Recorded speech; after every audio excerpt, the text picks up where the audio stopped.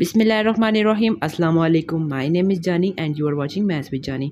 आज के लेक्चर में हम एक नए कोर्स का आगाज़ कर रहे हैं जिसका नाम है अफाइंड एंड इक्विलिडियन ज्योमेट्री। इसका कोड है मैथ 403 और ये बेसिकली बीएस मैथ्स और बीएससी मैथ्स वाले स्टूडेंट्स को पढ़ाया जाता है। ठीक है, तो ये इसका जो मेजर पोर्शन है वो जो है वेक्टर स्पेस से होने वाला है। और वेक्टर स्पेस पढ़ने से पहले हमें पता होना चाहिए ग्रुप्स क्या होते हैं, बाइनरी ऑपरेशन क्या होता है, और उससे भी पहले हमें ये पता होना चाहिए सेट क्या होता है। ठीक है, set ah set is a collection of well defined distinct objects. ठीक है, डिस्टिंक्ट का मतलब ये है कि सेट के अंदर जो भी एलिमेंट्स हैं वो रिपीट नहीं होते। ठीक है, और वेल डिफाइंड का मतलब आपने जो सेट सपोज किया है, जो भी सेट लिया है उसके जो एलिमेंट्स हैं उसके बारे में आपको पता होना चाहिए कि वो एलिमेंट्स कौन से एलिमेंट्स हैं, यानी उसके अंदर कितने यानी अगर आपने सपोज एक कोई भी सेट ले लिया है उसके अंदर 3 चेयर्स हैं, 3 टेबल्स हैं, ठीक है, कुछ भी है, ठीक है, उसके बारे में आपको पता होना चाहिए कि उसके अंदर आपने क्या लिया है। ठीक है, यानी वेल डिफाइंड।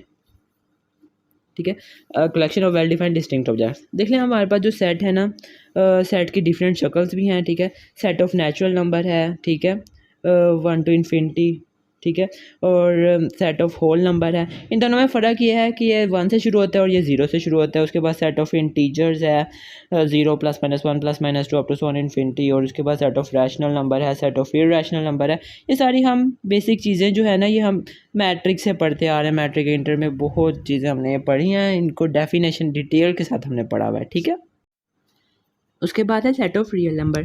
अब ये जो सेट ऑफ रियल नंबर है ना, ये हमारे पास बेसिकली बनता है सेट ऑफ रैशनल नंबर और सेट ऑफ इरेशनल नंबर से मिलके। ठीक है, इसमें सारे दुनिया के जो जहाँ के जितने भी नंबर हैं ना, सारे इसमें आ जाते हैं। ठीक है, अब ये जो set of natural number, integer, irrational, rational और रियल नंबर, ये सारे आपने याद रखना है, यही आगे जाके हमारे यूज़ होते हैं। अब चलते हैं हम अपने ग्रुप की तरफ, जो हमारी इस लेक्चर की बेस है, यानी बेसिक्स है, यानी जिसकी बेस पे वेक्टर स्पेस हमने पढ़ना है। अब ये वो चीज़ है, देखिए, अगर आपने ग्रुप थ्योरी नहीं पढ़ी हुई ना पहले, तो आप इस लेक्चर को बहुत ही ध्यान से, बहुत ही गौर से लीजिएगा। ठीक है, अब ग्रुप से भी पहले बाइनरी ऑपरेशन, बाइनरी ऑपरेशन क्या होता है वो भी आपको पता होना चाहिए। ठीक है, बाइनरी ऑपरेशन को हम ऐसे डिफाइन कर सकते हैं कि बाइनरी ऑपरेशन कोई भी एक फंक्शन हो सकता है, कोई भी रूल हो सकता है, या फिर एक मशीन हो सकती है जिसे हम कोई भी 2 एलिमेंट्स के ऊपर अप्लाई करते हैं तो उसका एक रिज़ल्ट आता है। ठीक है, जैसे हम फंक्शन पढ़ के आए हैं कैलकुलस 1 में, आप उसे डिटेल से पढ़ के आए हैं। ठीक है ना, इसी तरह जो है ना बाइनरी ऑपरेशन भी होता है। ठीक है, बाइनरी ऑपरेशन 2 साइंस को मिलके बना है, जैसे हमारी जो यूजुअल साइंस है मल्टीप्लिकेशन और एडिशन। ठीक है ना, मल्टीप्लिकेशन और एडिशन से मिलके हमारा जो ये स्टार जैसी एक शक्ल है बाइनरी ऑपरेशन की, ये बनी है। ठीक है, तो इससे चल के भी आगे हम डिटेल से पढ़ते हैं। ग्रुप क्या होता है? लेट जी कोमा स्टार बी आ नॉन एम्प्टी सेट। जी जो है ना, ये हमारे पास एक नॉन एम्प्टी सेट है, और जो स्टार है ना, star be the binary operation, और ये जो स्टार है ये बाइनरी ऑपरेशन है, और जी जो है ये हमारे पास नॉन एम्प्टी सेट है। ठीक है, ये तब ग्रुप हो सकता है, इस सेट में ग्रुप इफ़ अगर इसकी 4 कंडीशंस होल्ड करते होंगे। 4 कंडीशंस कौन कौन सी है? Closure law, associative law, identity element और इन्वर्स ऑफ ईच एलिमेंट। अब क्लोजर लॉ क्या होता है? अच्छा, जब ये 4 प्रॉपर्टीज़ होल्ड कर देंगी और तब हम ये कह देंगे कि जो हमारे पास जो सेट है वो एक ग्रुप है। ठीक है, लेकिन कंडीशन ये भी एक बनती है कि जो जी है वो कोई भी सेट है वो हमारे पास नॉन एम्प्टी होना चाहिए और बाइनरी ऑपरेशन लगा होना चाहिए साथ। ठीक है, बाइनरी ऑपरेशन हमें गिवन होना चाहिए। अब क्लोजर लॉ पहली प्रॉपर्टी देख लेते हैं। कोई भी 2 एलिमेंट्स लें, वो बिलोंग करें जी के अंदर, यानी एक हमारे पास जी एक सेट है। ठीक है, उसके अंदर ये 2 एलिमेंट्स बिलोंग कर रहे हैं ए कोमा बी। ठीक है, अब हम उसमें बाइनरी ऑपरेशन अप्लाई करते हैं, जो आंसर आएगा ना वो आंसर भी जी के अंदर बिलोंग करेगा। ठीक है, कोई भी 2 एलिमेंट लिया जी के, उसमें हमने बाइनरी ऑपरेशन अप्लाई किया और जो आंसर आया वो भी जी के अंदर बिलोंग करेगा। अगर वो आंसर जी के अंदर बिलोंग करेगा तो हम कह देंगे क्लोजर लॉ होल्ड करता है। अगर नहीं करेगा तो क्लोजर लॉ होल्ड नहीं करेगा, तो हम अगली प्रॉपर्टीज़ चेक नहीं करेंगे, हम कह देंगे वो सेट जो है वो ग्रुप नहीं है। ठीक है, सारी प्रॉपर्टीज़ का होल्ड करना ज़रूरी है। पहली प्रॉपर्टी, 2 एलिमेंट लिया जी के, जो उस पर बाइनरी ऑपरेशन अप्लाई किया, जो आंसर आया वो भी बिलोंग करेगा जी के अंदर। एसोसिएटिव लॉ क्या कहता है? एसोसिएटिव लॉ ये कहता है, एसोसिएटिव लॉ के लिए हमें 3 एलिमेंट्स की ज़रूरत होती है, ठीक है। अगर हमें 4 गिवन है तो हम 3 सपोज कर लेंगे, ठीक है ना। हमें उसके लिए 3 एलिमेंट्स की ज़रूरत है और वो बिलोंग कर रहा है जी के अंदर, ठीक है। हमने कोई सेट ले लिया जी, उसके अंदर 3 एलिमेंट्स बिलोंग कर रहे हैं, ठीक है। अब एसोसिएटिव हमें ये कहता है कि अगर आपने तीनों के दरमियान बाइनरी ऑपरेशन अप्लाई कर दिया है, तीनों के दरमियान बाइनरी ऑपरेशन अप्लाई कर दिया है, तो ब्रैकेट चाहे पहली 2 पे लगा दो या आखिरी 2 पे लगा दो, आंसर सेम आना चाहिए, ठीक है। अगर आंसर सेम आ गया और जो आंसर आया वो भी जी के अंदर बिलोंग करेगा, तो हम कह देंगे एसोसिएटिव लॉ भी होल्ड करता है। आइडेंटिटी एलिमेंट क्या है? आइडेंटिटी एलिमेंट, ठीक है। अब जो ज़ीरो है ना, ये होता है, अच्छे चलें देख लें, आइडेंटिटी एलिमेंट को हम ई से रिप्रेजेंट करते हैं, ठीक है। अब आइडेंटिटी एलिमेंट हमें क्या कहता है कि अगर वो किसी एलिमेंट के साथ मिलता है तो जो आंसर है ना वही एलिमेंट आ जाता है। यानी अगर हमने इन दोनों एलिमेंट्स को मिलाया, ये जो ई है ये आइडेंटिटी एलिमेंट है, ये एक एलिमेंट के साथ मिला है अंडर बाइनरी ऑपरेशन, तो आंसर वही एलिमेंट आ गया, ठीक है। अब आइडेंटिटी एलिमेंट क्या होता है? आइडेंटिटी एलिमेंट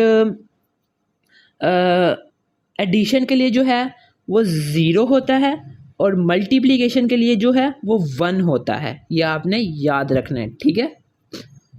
एडिशन के लिए 0 होता है और मल्टीप्लिकेशन के लिए 1 होता है। यहीं से देख लें, अगर आप a + 0 करेंगे तो आंसर a ही आएगा, या 0 + a करेंगे आंसर a ही आएगा, ठीक है ना। और मल्टीप्लिकेशन के लिए 1 होता है, तो a × 1 या 1 × a करेंगे तो आंसर a ही आएगा, ठीक है। तो आपने याद रखना है कि आइडेंटिटी एलिमेंट एडिशन के लिए 0 होता है और मल्टीप्लिकेशन के लिए 1 होता है। For all A belongs to G, यानी ए जो है ना ये कोई भी एलिमेंट हो सकता है जी के अंदर बिलोंग कर रहा हुआ, ठीक है। अगर हम उसे आइडेंटिटी एलिमेंट के साथ मिलाएंगे अंडर बाइनरी ऑपरेशन तो आंसर वही एलिमेंट आ जाएगा। आगे इन्वर्स ऑफ ईच एलिमेंट, यानी इसको आप इन्वर्स एलिमेंट भी लिख सकते हैं या इन्वर्स ऑफ ईच एलिमेंट भी लिख सकते हैं, ठीक है। आपकी मर्जी है, हेडिंग आपने जिस तरह मर्जी दे सकते हैं, ठीक है। अब ये डेफिनेशन आपने करनी है तो ठीक है, ये कर लें। For each A belongs to G has its inverse A dash belongs to G such that, ये तो आपने रटा रटाया ना, लेकिन आपने ये याद रखना है कोई भी 2 एलिमेंट्स मिल रहे हो, कोई भी 2 एलिमेंट मिल रहे हो अंडर बाइनरी ऑपरेशन, आंसर आ जाए आइडेंटिटी एलिमेंट, ठीक है। कोई भी 2 एलिमेंट्स मिल रहे हो, आंसर आ जाए आइडेंटिटी एलिमेंट, तो हम कह देंगे जो एक एलिमेंट है वो दूसरे का इन्वर्स है, ठीक है। चाहे वो सेम भी हो सकते हैं, ठीक है। अगर a × a इनवर्स ए अगर यहाँ पे मैं डैश की जगह ना a बाइनरी ऑपरेशन a लगा दूँ, अगर आंसर आइडेंटिटी एलिमेंट आ रहा है तो मैं कह दूँगा जो a है ना वो अपना ही इन्वर्स है, ठीक है। ये भी हो सकता है, लेकिन डेफिनेशन के लिए आप ये याद रख लें कि एक एलिमेंट जब अपने इन्वर्स के साथ मिले अंडर बाइनरी ऑपरेशन तो आंसर आइडेंटिटी एलिमेंट आ जाता है, ठीक है। ये बेसिक चीज़ें थी, ये आपने पहले पढ़ी हुई हैं, ठीक है। आगे इसके एग्जाम्पल के तौर पे अगर आप सेट ऑफ नेचुरल नंबर ले लें, सेट ऑफ नेचुरल नंबर क्या होते हैं 1 2 3 so on up to infinity होता है ना, तो 1 2 ले लें, 1 और 2, ठीक है। अगर मैं 1 और 2 अंडर मल्टीप्लिकेशन करता हूँ तो 1 और 2, 1 × 2, 2 1 दा 2 ही आ गया ना, तो जो 2 है वो बिलोंग कर रहा है जी के अंदर, तो क्लोजर लॉ उसमें होल्ड कर जाता है। आगे देख लें 1 2, इसके लिए 3 एलिमेंट की ज़रूरत है, तो मैं 1 और 2 और 3 ले लेता हूँ, तो 1 2 पे पहले ब्रैकेट लगा लें और फिर 2 3 पे ब्रैकेट लगा लें, जो आंसर है 6 ही आना है, ठीक है। दोनों साइडों का सेम आएगा, और नेचुरल नंबर में 1 जो है वो बिलोंग कर रहा है जी के सेट ऑफ नेचुरल नंबर के अंदर, ठीक है ना। तो वो आइडेंटिटी एलिमेंट है, अगर 1 को किसी के साथ भी मल्टीप्लाई करेंगे तो वो ही एलिमेंट आ जाएगा। और इन्वर्स की बारी आई, अब देख लें मल्टीप्लिकेटिव इन्वर्स। 1 का मल्टीप्लिकेटिव इन्वर्स क्या होगा? 1 ही होगा, क्योंकि आइडेंटिटी एलिमेंट चाहिए वो 1 आ जाएगा। But set of natural number में ना हमारे पास इन्वर्स एग्जिस्ट नहीं करता। देखें अगर हमारे पास 2 है ना, तो 2 का इन्वर्स तो होता है 1/2, तो उसी से आंसर 1 आता है ना, लेकिन 1/2 जो है वो नेचुरल नंबर में एग्जिस्ट नहीं करता, तो हमारे पास जो सेट ऑफ नेचुरल नंबर है ना वो हमारे पास ग्रुप नहीं होता। तो लेकिन अगर हम देख लें सेट ऑफ इंटीजर, तो उसमें भी नहीं होता, ठीक है ना। लेकिन अगर हम ले लेते हैं सेट ऑफ रैशनल नंबर, उसमें होता है 1/2, ठीक है ना। उसमें होता है 1/2। तो सेट ऑफ नेचुरल नंबर जो है ना वो हमारे पास ग्रुप है, set of rational number. Natural number जो है ना अंडर मल्टीप्लिकेशन ग्रुप नहीं है। चलिए बहरहाल हम आगे देखते हैं सेट रिंग। रिंग क्या होता है? रिंग को हम रिप्रेजेंट करते हैं आर बाइनरी ऑपरेशन एडिशन और मल्टीप्लिकेशन, या आर स्टैटिक भी कह सकते हैं, लेकिन स्टैटिक हम नहीं कह सकते क्योंकि बाइनरी ऑपरेशन हमारे पास कई तरह के हो सकते हैं। इसलिए ना आर बाइनरी ऑपरेशन एडिशन और बाइनरी ऑपरेशन मल्टीप्लिकेशन, ठीक है। इसको रिप्रेजेंट करने का ये तरीका था। डेफिनेशन देखते हैं। A non empty set R is said to be a ring. हम एक नॉन एम्प्टी सेट को रिंग कह सकते हैं। कब कह सकते हैं? इफ़ अगर वो इन तीन प्रॉपर्टीज़ को या इन तीन कंडीशंस को सेटिस्फाई करता हो या तीन प्रॉपर्टीज़ को होल्ड करता हो। तो R is abelian group under addition. Abelian group, देखिए अबेलियन ग्रुप क्या होता है? ग्रुप तो हमने देख लिया कि चार प्रॉपर्टीज होल्ड कर दें, ग्रुप हो गया। अब अबेलियन ग्रुप उसी को एक्सटेंड कर देते हैं, यानी ग्रुप के अंदर ही एक पांचवीं प्रॉपर्टी का इजाफा कर दें, कोमोटेटिव प्रॉपर्टी, ठीक है। कोमोटेटिव प्रॉपर्टी का इजाफा कर दे तो हम उससे कह देते हैं कि वो एक अबेलियन ग्रुप बन जाएगा, ठीक है। अगर एक ग्रुप है उसके अंदर हम पांचवीं प्रॉपर्टी का इजाफा कर दें, कोमोटेटिव प्रॉपर्टी, तो वो हमारे पास एक अबेलियन ग्रुप बन जाएगा। कोमोटेटिव प्रॉपर्टी क्या होती है? A B is equal to B है। यानी अगर कोई भी दो एलिमेंट्स हैं, सपोज कर लिया कि सेट ऑफ नेचुरल नंबर के अंदर हमारे पास दो एलिमेंट्स बिलोंग कर रहे हैं, ए बी और कोई भी दो एलिमेंट्स हैं, 1 2 ले लें, ठीक है। 1 2 ले लिया तो 1 2, अब बिलियन ग्रुप हमें क्या कहता है? 1 2 या 2 1, आंसर सेम ही आएगा। 1 into 2 is equal to 2 into 1, answer same आएगा। या 1 + 2 is equal to 2 + 1, answer same आएगा।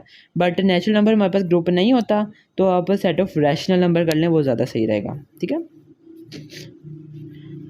तो रैशनल नंबर की पहली चार प्रॉपर्टीज होल्ड करती हैं, उसमें पांचवी प्रॉपर्टी अबेलियन ग्रुप कोमोटेटिव प्रॉपर्टी का इजाफा कर लें तो वो हमारे पास एक अबेलियन ग्रुप बन जाएगा। लेकिन हमें इसे प्रूफ करना होगा कि R is abelian group under addition. जब हम इसे प्रूफ कर देंगे फिर हमें अगली प्रॉपर्टी को प्रूफ करना होगा, जो है R is semi group under multiplication. R is semi group under multiplication.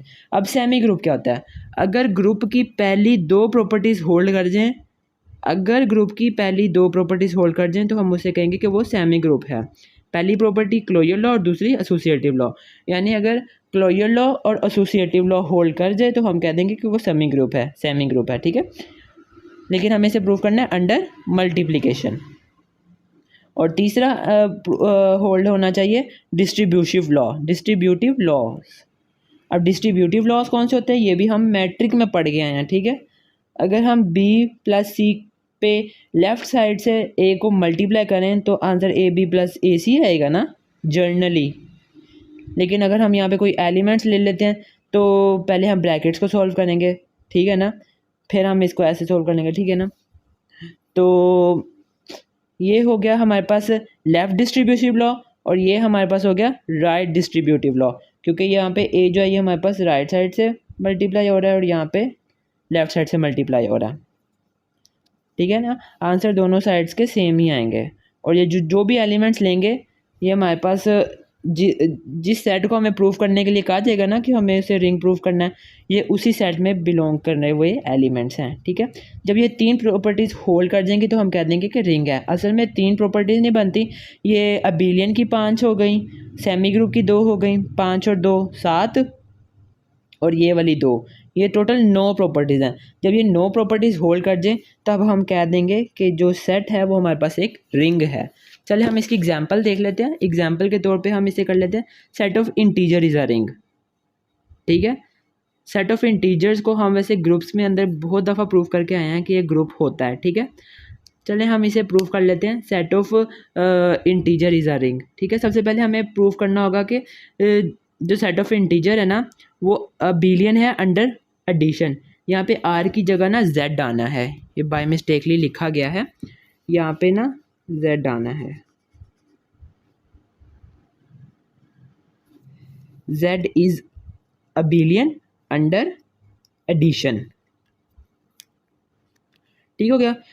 तो इसे प्रूफ करने के लिए सबसे पहली प्रॉपर्टी हमारे पास क्लोजर लॉ। अब क्लोजर लॉ हमें क्या कहता है कि कोई से भी दो एलिमेंट्स ले लें, वो बिलोंग कर रहे होना जी के अंदर चाहिए, ठीक है। अब जब हम उस पर बाइनरी ऑपरेशन अप्लाई करेंगे, बाइनरी ऑपरेशन यहाँ पे हमारे पास क्या है, एडिशन है, तो जब हम उस पर बाइनरी ऑपरेशन अप्लाई करेंगे तो जो आंसर आएगा, जो भी आंसर आएगा वो भी बिलोंग करेगा जी के अंदर, ठीक है ना। यहाँ पे अब 2+3 जो आंसर आया वो 5 है, जो आंसर आया वो भी बिलोंग कर रहा है जी के अंदर, जो एलिमेंट लिया वो भी बिलोंग कर रहे हैं जी के अंदर। तो इसका मतलब है क्लोजर लॉ हमारे पास होल्ड कर गया, जो हमारे पास सेट जो है ना वो क्लोज्ड है, इसका मतलब। या ये भी लिख सकते हैं क्लोजर लॉ होल्ड्स, या लिख सकते हैं set is closed under binary operation addition. अगली प्रॉपर्टी हमारे पास एसोसिएटिव लॉ। एसोसिएटिव लॉ हमें क्या कहते हैं, हमें 3 एलिमेंट्स की ज़रूरत होती है। अगर कोई से भी 3 एलिमेंट्स मैंने ले लिए हैं, 2 3 4 ये जेड के अंदर बिलोंग कर रहे हैं, ठीक है। अब या तो 2 3 के ऊपर ब्रैकेट लगा दें या 3 4 के ऊपर ब्रैकेट लगा दें, जो आंसर आएगा ना आंसर सेम ही आएगा, ठीक है, लेफ्ट इक्वल टू राइट ही आएगी, और जो आंसर आया वो भी बिलोंग कर रहा है जी के अंदर, इसका मतलब एसोसिएटिव लॉ भी होल्ड कर रहा है। देखिए ये मैंने जो लिए ना एलिमेंट्स, आपकी अंडरस्टैंडिंग के लिए ना मैंने सेट के अंदर से एलिमेंट्स ले लिए, नहीं तो आप इसे जर्नली प्रूव करते वो ज़्यादा अच्छा रह जाता। या जर्नली प्रूव करने के लिए आप ए बी सी ले सकते थे, ठीक है ना, ए बी और इसमें ए बी सी, क्योंकि हमें पता है जो जेड है ना वो ग्रुप होता है, बिलियन ग्रुप होता है, ठीक है, इसलिए आप इसको जर्नली प्रूव करते तो वो भी ठीक था। नहीं तो मैंने आपकी अंडरस्टैंडिंग के लिए मैंने नंबर्स ले लिए हैं जो जेड के अंदर बिलोंग कर रहे हैं, तो मैंने कहा आपको ज़्यादा अच्छी तरीके से समझ लग जाएगी, इसलिए मैंने नंबर्स ले लिए, आपने परेशान नहीं होना, ठीक है।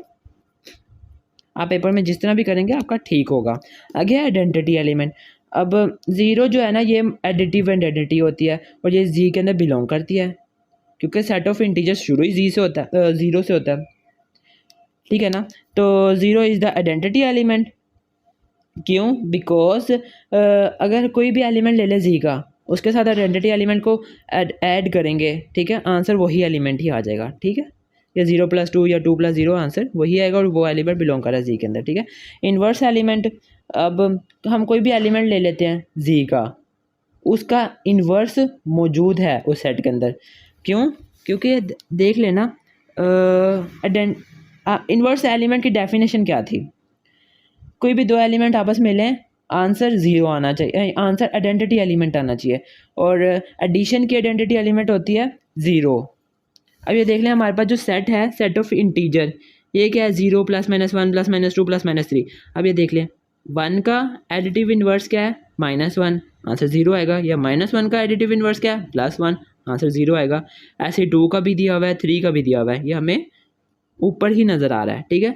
अब ये देख लें ज़ीरो का इन्वर्स क्या होगा, 0 का एडिटिव इन्वर्स 0 ही होगा, क्योंकि 0 + 0 आंसर 0 ही आएगा ना, तो 0 का एडिटिव इन्वर्स 0 ही होगा, यानी 0 अपना ही इन्वर्स होगा।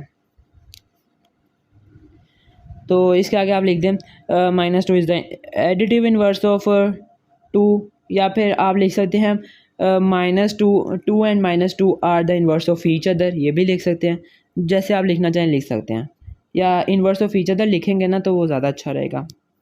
और ये भी लिख सकते हैं 0 इज इट्स ओन इन्वर्स, ठीक है। अब जब सारे इन्वर्स होल्ड कर रहे हैं तो therefore inverse of each element exist in G, ठीक हो गया। अब फिफ्थ प्रॉपर्टी हमारे पास आ जाती है कोमोटेटिव लॉ। कोमोटेटिव लॉ हमें क्या कहता है, कोई भी दो एलिमेंट्स लो, चाहे उनको जो एलिमेंट्स हैं वही तरतीब से लिख दो, चाहे उल्टे करके लिख दो, आंसर सेम ही आएगा, ठीक है। एंड 2+3 3+2 आंसर 5 आया, 5 भी बिलोंग कर रहा है जेड के अंदर, इसका मतलब कोमोटेटिव लॉ हमारे पास होल्ड कर गया है। यानी अगर 5 प्रॉपर्टीज ये हमारे पास होल्ड कर गई हैं, इसका मतलब क्या है कि जो जी है वो हमारे पास अबेलियन ग्रुप है अंडर एडिशन। हमने अंडर एडिशन इसको रिंग प्रूव कर दिया, अब अंडर मल्टीप्लिकेशन चेक करते हैं, ठीक है। अब दूसरी प्रॉपर्टी हमारे पास आ जाती है जी हमने इसको प्रूव करना है, G is a semi group under addition, ठीक है। हमने अंडर एडिशन इसको सेमी ग्रुप प्रूव करना है जी को, ठीक है।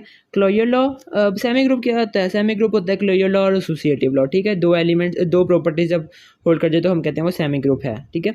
अब क्लोजर लॉ हमारे पास क्या है, क्लोजर लॉ हमें क्या कहता है, कोई भी दो एलिमेंट लो जी के अंदर जो बिलोंग कर रहे हैं, जो हमारे पास सेट है उसके कोई से भी दो एलिमेंट्स लो और उन पे बाइनरी ऑपरेशन अप्लाई करो। ये बाइनरी ऑपरेशन हमने अप्लाई कर दिया, जो आंसर आएगा, जो भी आंसर आएगा वो भी बिलोंग करना चाहिए उसी सेट के अंदर, ठीक है। तो हमारे पास क्लोजर लॉ होल्ड कर जाएगा, जैसे मैंने ये लिख दिया। एसोसिएटिव लॉ, एसोसिएटिव लॉ हमें क्या कहता है कि हमें कोई से भी 3 एलिमेंट्स की ज़रूरत होती है, 3 एलिमेंट्स हमने ले लिए जो सेट के अंदर बिलोंग कर रहे हैं, ठीक है।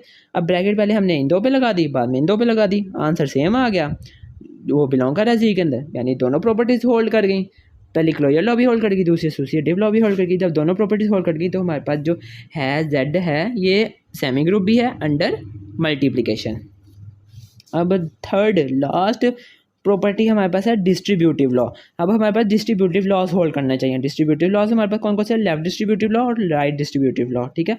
अब हमने कोई से भी दो एलिमेंट्स ले लिए, नहीं इसमें भी हमें तीन एलिमेंट्स की जरूरत है, कोई से भी तीन एलिमेंट्स ले लिए, वो जेड के अंदर बिलोंग कर रहे हैं, ठीक है। अब पहले जो 2 है ना, इसको मैंने लेफ्ट साइड से मल्टीप्लाई कर दिया, ठीक है, ठीक है। 2 इंटू 3 और 2 इंटू 4, आंसर जो है दोनों साइड का सेम आ गया। 3 + 4 होता है 7, 7 इंटू 2 14, 2 इंटू 3 6 और 4 इंटू 2 8, 8 + 6 14, जो आंसर है वो भी जेड के अंदर बिलोंग कर रहा है। तो हमारे पास लेफ्ट डिस्ट्रीब्यूटिव लॉ जो है ना वो होल्ड कर गया। अब आगे हम देख लेते हैं राइट डिस्ट्रीब्यूटिव लॉ, ठीक है। राइट डिस्ट्रीब्यूटिव लॉ, अब पहले हमने उसे लेफ्ट साइड से मल्टीप्लाई किया, अब हम कोई भी एलिमेंट जो है वो राइट साइड से मल्टीप्लाई कर देंगे, ठीक है। राइट साइड से मल्टीप्लाई करके, लेकिन जब भी हमने राइट साइड से मल्टीप्लाई कर दिया तो तरतीब जो है ना इसकी सही रखेंगे, ठीक है ना, तरतीब आपने आगे पीछे नहीं करनी। आंसर सेम आ गया और वो बिलोंग कर रहा है जेड के अंदर, तो राइट डिस्ट्रीब्यूटिव लॉ भी होल्ड कर गया। जब हमारे पास अबिलियन ग्रुप बन गया अंडर एडिशन, सेमी ग्रुप बन गया अंदर मल्टीप्लिकेशन, और डिस्ट्रीब्यूटिव लॉज दोनों होल्ड कर गए, तो हम लिख देंगे this implies that Z is a ring under addition and multiplication. ये हमने प्रूव कर दिया, जो जेड सेट ऑफ इंटीजर है ये हमारे पास एक रिंग है। अन्य परेशान नहीं होना, मैं एंड पे ना स्क्रीनशॉट की भी ऑप्शन दे दूंगा, आप वहाँ तब ले लीजिएगा लास्ट पे, ठीक है। फील्ड, अब आगे हमारे पास आ जाती है फील्ड। फील्ड क्या होती है, देखिए सबसे पहले हमने बाइनरी ऑपरेशन पढ़ा क्या होता है, फिर हमने पढ़ा रिंग ग्रुप क्या होता है, फिर हमने अबिलियन ग्रुप क्या होता है वो पढ़ा, फिर हमने रिंग पढ़ा, अब हम पढ़े फील्ड। फील्ड क्या होती है। अब फील्ड जो है ना ये हमारे इस लेक्चर का लास्ट टॉपिक है। इससे नेक्स्ट लेक्चर जो हमारा कोर्स है वेक्टर स्पेस का वो हम शुरू कर देंगे नेक्स्ट लेक्चर से। तो फील्ड ये टॉपिक करके और इसकी एग्जांपल्स करके हम अपने लेक्चर का एंड कर देंगे, ठीक है। फील्ड, फील्ड क्या होता है, a non empty set F is said to be a field if, एक नॉन एम्प्टी सेट है एफ, उसको हम फील्ड कहेंगे अगर उसकी भी तीन प्रॉपर्टीज होल्ड करती हों, ठीक है। F is an abelian group under addition, वही सेम रिंग वाली पहली प्रॉपर्टी हो गई ना, F is abelian group under addition, ठीक है, हमने इसे यही प्रूफ करना है। अब दूसरी जो है वो है F minus zero is abelian group under multiplication. अब हमें हमने कंडीशन दे दी, अगर हमारे पास कोई सेट है उसके अंदर ज़ीरो है ना, तो उसमें से ज़ीरो को एक्सक्लूड करके जो बाकी एलिमेंट्स होंगे ना उसको हमने प्रूफ करना होगा कि क्या वो अबिलियन ग्रुप है अंडर मल्टीप्लिकेशन, ठीक है। और जो थर्ड है उसमें हमने चेक करना होगा right distribution law. Right distribution law अगर होल्ड कर गया तो अगर तीनों प्रॉपर्टीज़ होल्ड कर गई तो हम कह देंगे कि जो सेट है हमारे पास वो फील्ड है, ठीक है।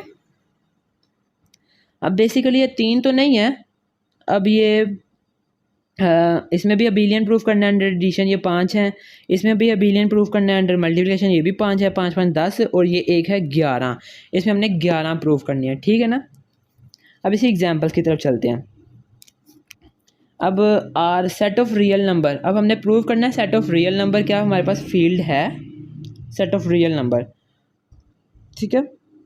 उसके लिए पहले हम चेक करेंगे पहली प्रॉपर्टी, ठीक है ना, पहली प्रॉपर्टी आर क्या अबिलियन ग्रुप है अंडर एडिशन, चलिए हम चेक कर लेते हैं।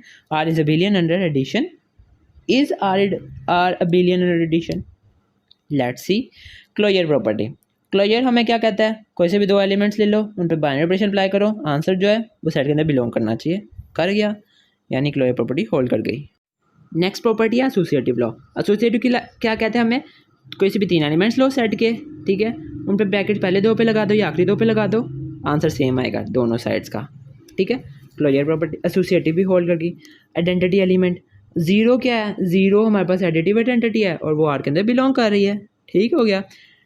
अगर हम उसे किसी भी एलिमेंट के साथ मल्टीप्लाई करते हैं ऐड करते हैं तो वही एलिमेंट आ जाएगा, और जो एलिमेंट आएगा वो बिलोंग करेगा, वही सेम ही एलिमेंट आएगा तो वो बिलोंग करना ही आर के अंदर, ठीक हो गया ना। इन्वर्स एलिमेंट, अब इन्वर्स हमें क्या कहता है कि हर एलिमेंट का इन्वर्स उसके अंदर मौजूद होना चाहिए, अगर मौजूद है तो आंसर ज़ीरो के इक्वल आ जाएगा जब हम उस पर बाइनरी ऑपरेशन अप्लाई करेंगे।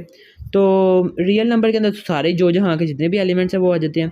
तो 1 का एडिटिव इनवर्स -1 है, आंसर 0 आ रहा है। 1/2 का एडिटिव इनवर्स -1/2 है, -√3 का +√3 है। तो ये जो सारे ये जो जितने भी एलिमेंट्स हैं ना ये अपने मतलब 1 -1 and -1 are the additive inverse of each other. ठीक है ना, additive inverse of each other लिख लेंगे तो वो ज़्यादा सही रह जाएगा। -√3 and +√3 are the additive inverse of each other. ठीक है, इसमें ज़ीरो भी है तो zero is its own inverse, ये लिख सकते हैं। तो हर एलिमेंट्स का इन्वर्स मौजूद है तो ये लिख दें therefore inverse of each element exist in are. ठीक हो गया। अब फिफ्थ प्रॉपर्टी हमारे पास क्या है, कोमोटेटिव प्रॉपर्टी या कोमोटेटिव लॉ।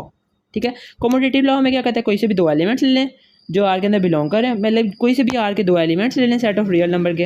अब उन पे हम कोमोटेटिव अप्लाई करते हैं, यानी पहले एलिमेंट्स को सीधा रख दें अंडर बाइनरी ऑपरेशन एडिशन, और फिर बाद में उल्ट करके लिख दें अंडर बाइनरी ऑपरेशन जो भी होगा। ठीक है ना, हमारे पास एडिशन है तो हमने एडिशन लिख दिया, यानी 4 + 5 = 5 + 4, आंसर 9 ही आएगा। ठीक है, तो हमारे पास कोमोटेटिव लॉ भी होल्ड कर गया। जब ये पांचों प्रॉपर्टीज होल्ड कर गई तो ये हमारे पास क्या है, ये हमारे पास ये पहली दूसरी तीसरी चौथी पांचवी, तो ये हमारे पास क्या है, ये आर जो है ये हमारे पास अबेलियन अंडर एडिशन है। चलें अब हम इसे चेक करते हैं, क्या हमारे पास आर -0 अबेलियन है अंडर मल्टीप्लिकेशन। ये क्यों इन्होंने कंडीशन दी है ये मैं आपको आगे चल के बताता हूँ। पहले देख लेते हैं क्लोजर लॉ, सेम प्रोसीजर है। ये दो एलिमेंट्स हैं आर -0 के अंदर से बिलोंग कर रहे हैं, बाइनरी ऑपरेशन अप्लाई किया, आंसर जो आया वो भी बिलोंग कर रहा है इसके अंदर। ठीक है, ये तीन एलिमेंट्स लिए इस सेट के। ठीक है, इन पे एसोसिएटिव क्या कहता है, ब्रैकेट जहाँ मर्जी लगा दो आंसर सेम आएगा, सेम आ गया। जो आंसर आया वो भी सेट के अंदर बिलोंग कर रहा है। ठीक है, आइडेंटिटी एलिमेंट मल्टीप्लिकेशन की आइडेंटिटी एलिमेंट क्या होती है, 1 होती है। तो 1 जो है वो बिलोंग कर रहा है सेट ऑफ रियल नंबर के अंदर।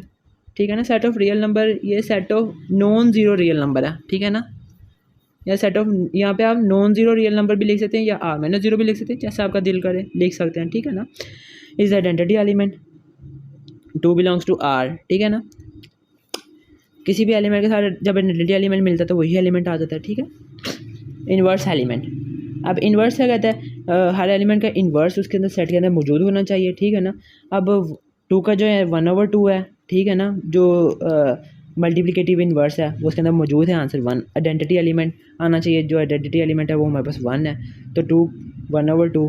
ठीक है ना, 1 आ गया। तो 3/2 का क्या होता है, 2/3 होता है, और 2/3 का क्या होता है, 3/2 होता है, यानी ये आपस में अपने आप के ही इन्वर्स हैं। ठीक है, ये भी अपने आप के इन्वर्स हैं। ठीक है ना, हर एलिमेंट का इन्वर्स है। यहाँ पे बात आ गई रियल नंबर होता है जिसमें ज़ीरो भी होता है। ठीक है ना, रियल नंबर में सारे एलिमेंट्स होते हैं। ये इन्होंने कंडीशन इसलिए दी है, क्यों, क्योंकि अगर ज़ीरो है, ज़ीरो हो गया। ठीक है, ज़ीरो का इन्वर्स क्या होगा, 1/0 ही होगा ना। तो जब 0/0 वाली फॉर्म आ गई वो तो अनडिफाइंड है, वो तो होल्ड ही नहीं करती, एग्जिस्ट नहीं करती। ठीक है ना, इसीलिए इन्होंने कंडीशन दे दी R -0 यानी नॉन ज़ीरो रियल नंबर्स। ठीक है ना, समझ लगी ये इन्होंने कंडीशन क्यों दी थी, ये इसलिए दी थी क्योंकि इसमें फिर वो होना ही नहीं था, प्रूव ही नहीं होना था। अगर ज़ीरो भी होता ना तो अंडर एडिशन वो प्रूव नहीं हो सकता था कि वो ग्रुप बनता है, अबेलियन ग्रुप बनता है या नहीं बनता। ठीक है ना, तो ज़ीरो का होना लाजमी था, तो इन्होंने फिर मल्टीप्लिकेशन में ज़ीरो को ना एक्सक्लूड कर दिया। बड़े चालाक है मैथमेटिशियन, क्योंकि ना बच्चों का दिमाग ख़राब करते हैं। चलिए आगे देखें, सॉरी। कोमोटेटिव लॉ, कोमोटेटिव के लिए हमें ना दो एलिमेंट्स की ज़रूरत होती है। ठीक है ना, दो एलिमेंट्स पहले उनको सीधा करके लिख दो, बाद में उल्टा करके लिख दो, आंसर दोनों का सेम ही आएगा। ठीक है ना, यानी 4 × 5 या 5 × 4 आंसर सेम ही आएगा। अब जब हमारे पास इसकी भी पाँचों प्रॉपर्टीज होल्ड कर गई, हमारे पास अबेलियन बन गया, यानी ये जो है R -0 is an abelian group under multiplication, ये भी हमने प्रूव कर दिया। अब हमारे पास रह गई राइट डिस्ट्रीब्यूशन लॉ। अब राइट डिस्ट्रीब्यूशन लॉ हमें क्या कहता है कि कोई से भी तीन एलिमेंट्स ले लो, उसे राइट साइड एक एलिमेंट को राइट साइड से अंदर मल्टीप्लाई कर दो, ठीक है। 2 + 3 इंटू 4 या 2 × 4 + 3 × 4, आंसर सेम ही आएगा, ठीक है, 20 ही आ रहा है और ये बिलोंग कर रहा है आर के अंदर। जब ये सारी 11 की 11 प्रॉपर्टीज़ होल्ड कर गई तो इसका क्या मतलब है, आर जो है हमारे पास फील्ड है under binary operation, addition and multiplication. इस एग्जांपल के साथ हम अपने लेक्चर का एंड करते हैं, ठीक है। ये सेट ऑफ रैशनल नंबर है, इसको भी हमने प्रूव करना है क्या ये फील्ड है।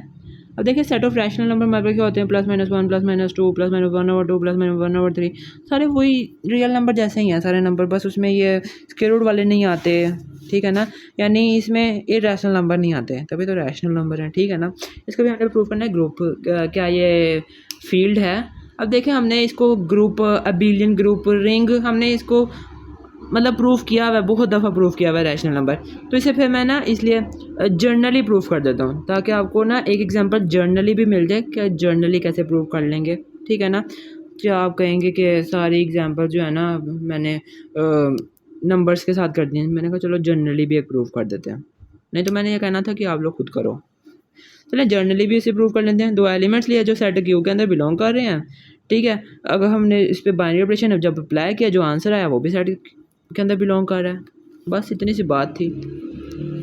नहीं तो आपने 1 2 लेना है तो 1 2 ले लें, जो 1 + 2 आएगा आंसर 3 आ जाएगा, तो जो 3 है वो सेट क्यू के अंदर बिलोंग करता है। अगर आपको ABC नहीं अच्छी लग रही ना तो आप इसे 1 2 भी कर सकते हो। अब एक दो कोई से 3 एलिमेंट्स हैं ये सेट क्यू के अंदर बिलोंग कर रहे हैं, ठीक है। अब ब्रैकेट्स एसोसिएटिव क्या कहता है, ब्रैकेट जहाँ मर्जी लगा दो, ठीक है, जो आंसर आएगा वो भी सेट के अंदर बिलोंग करेगा, इसका मतलब एसोसिएटिव भी होल्ड कर रहा है। आइडेंटिटी एलिमेंट, एडिटिव की आइडेंटिटी एलिमेंट क्या होते हैं, 0 होती है, तो 0 जो है ना वो क्यू के अंदर पहले से ही बिलोंग कर रहा है, ठीक है, तो 0 इज़ द आइडेंटिटी एलिमेंट, ठीक है। अब हमने ले लिया for all A belongs to Q. अब ए इसमें फॉर ऑल ए मैंने इसलिए लिखा है यहाँ पे, आप कोई भी नंबर ले सकते हैं, 1 ले लो, 2 ले लो, 3 ले लो, -1 ले लो, -2 ले लो, 0 ले लो, कुछ भी ले लो। अगर आप उसको ना ऐड करोगे आइडेंटिटी एलिमेंट के साथ तो आंसर जो है ना वही एलिमेंट ही आ जाएगा, ठीक है। इसलिए A + 0 0 + A आंसर A ही आएगा, ठीक है। आंसर वही एलिमेंट जिसके साथ आप इसको मिलाओगे ना वही एलिमेंट ही आएगा, ठीक है। इन्वर्स एलिमेंट, ठीक है, इन्वर्स एलिमेंट क्या होता है, अब कोई भी 2 एलिमेंट्स मिल रहे हो under binary operation answer identity element के इक्वल आ जाए तो हम कह देते हैं वो जो एक एलिमेंट है वो दूसरे का इन्वर्स है, ठीक है। तो for all A belongs to Q has its inverse, मैंने पहले A' लिख दिया था, मैंने कहा A' जो है ना वो मल्टीप्लिकेटिव इन्वर्स के लिए है, तो एडिटिव इन्वर्स के लिए -A है, ठीक है। -A belongs to Q such that -A + A या +A -A करो आंसर 0 है, यानी आइडेंटिटी एलिमेंट ही आएगा। यहाँ पे आप 1 2 वाली नंबर्स भी ले सकते हो, ठीक है। Commutative law